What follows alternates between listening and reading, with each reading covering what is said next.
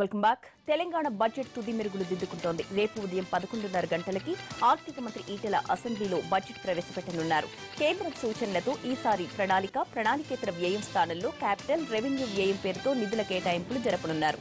BC సంక్షేమంపై ప్రత్యేక శ్రద్ధ పెట్టనున్న సర్కార్ ఎస్సీ, ఎస్టీ అభివృద్ది నిధుల పేరుతో కేటాయింపులు చేయనుంది. ఇవాళ సాయంత్రం ప్రత్యేకంగా సమావేశం కానున్న మంత్రివర్గం బడ్జెట్ కు ఆమోదం తెలపనుంది. ఎస్సీ, ఎస్టీ సబ్ ప్లాన్ నిధులు ప్రత్యేకంగా ఎస్సీ డెవలప్మెంట్, ఎస్టీ డెవలప్మెంట్ పేరుతో ఇవ్వనున్నారు. ఇప్పటి వరకు పెద్దగా పట్టించుకొని మోస్ట్ బ్యాక్వర్డ్ కులాలకు ప్రత్యేక నిధులు కేటాయించనున్నారు.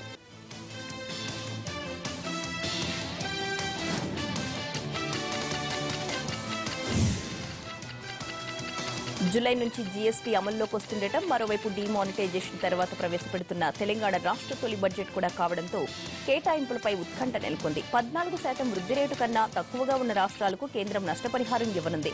తెలంగాణకు అది కూడా రాకపోవచ్చు. ఎఫ్ఆర్బీఏ పెంపుతో మరింత సాయం వస్తుందని అంచనా. 1-2 రంగాల్లో డీమానిటైజేషన్ వల్ల ఆదాయం తగ్గినా మిగిలిన రంగాల్లో అధికంగా రావడంతో ఇబ్బంది లేదని చెబుతోంది సర్కార్. గతేడాది 1,30,000 కోట్ల బడ్జెట్ పెట్టిన తెలంగాణ సర్కార్ ఈసారి దానికంటే కాస్త అధికంగా పెట్టే అవకాశం ఉంది.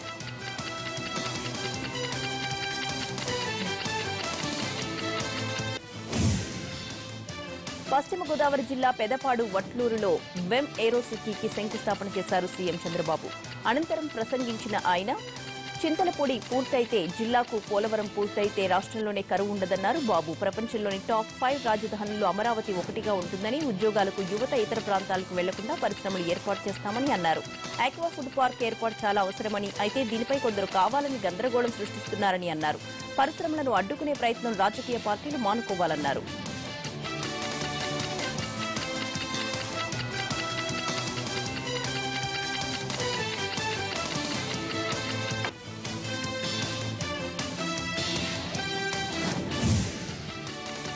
కడప జిల్లా వైసీపీ కార్యాలయంలో పోలీసులు ఆకస్మిక తనిఖీలు నిర్వహించారు. స్థానిక సంస్థల ఎమ్మెల్సీ ఎన్నికల వేళ భారీ మొత్తంలో నగదు నిల్వ చేశారని, ఓటర్లకు పంపిణీ చేస్తున్నట్లు వచ్చిన ఆరోపణలతో పోలీసు బృందాలు తనిఖీలు నిర్వహించాయి.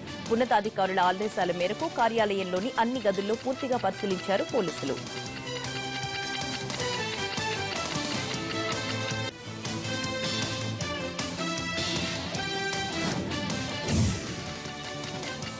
సుధీర్ కమిటీ ముస్లింలకు సూచించిన 12% రిజర్వేషన్లు సామాజిక ఆర్థిక వెనుకబాటుతనానికే తప్ప మతపరమైనవి కావని అన్నారు టీజేఏసీ చైర్మన్ ప్రొఫెసర్ కోదండరాం. కరీంనగర్లో ఈ అంశంపై ఏర్పాటు చేసిన చర్చాగోష్ఠిలో పాల్గొన్న ఆయన సుధీర్ కమిటీ సూచనలను వెంటనే అమలు చేయాలని డిమాండ్ చేశారు. దీనిపై మరోమారు బీసీ కమిషన్ అధ్యయనం చేస్తుండడం రిజర్వేషన్ల అమలులో జాప్యానికి కారణం కారాదన్నారు.